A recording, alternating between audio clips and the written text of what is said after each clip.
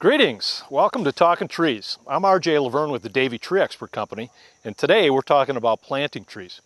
We have this beautiful space, wonderful deck. It's a great place to gather in summertime. But as you can see, there's lots of sun. So we're going to add a little bit of shade and make this landscape even more beautiful. So we had a couple of trees here, but they had to be removed because they were old and they were diseased and they turned into liabilities more than assets. So this is the space that we're going to use today to plant a brand new tree and provide shade to the back deck. And we're ready to plant this beautiful red maple tree, and in a relatively short number of years we're going to have great shade on the back deck here. Step number one, when you're ready to plant the tree, is to make sure that you've got the right plant in the right place.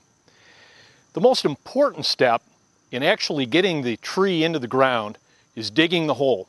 And the old adage is that if you have $100 worth of tree, you should be spending $200 on digging your hole. What that means is that we need to have a hole that's wide enough to accommodate the root system of the tree, but not too deep.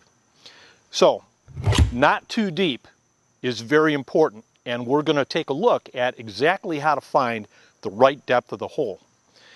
Now, most trees, when they come from the nursery, are going to come either in a container or, for a bigger tree like this, with a balled and burlapped root ball.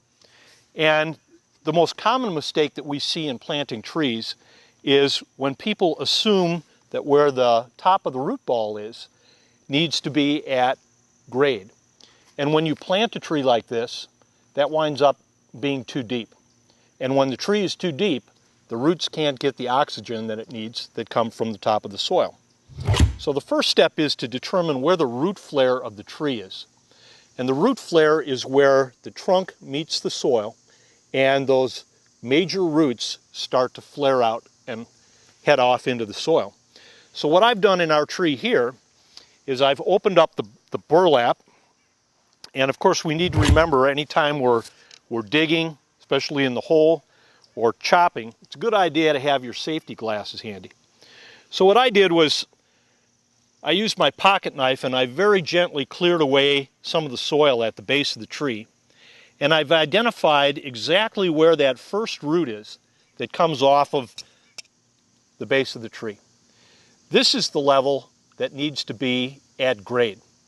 And you can see that if I plant it where the root ball is tied up, I'll be about 5 inches too deep.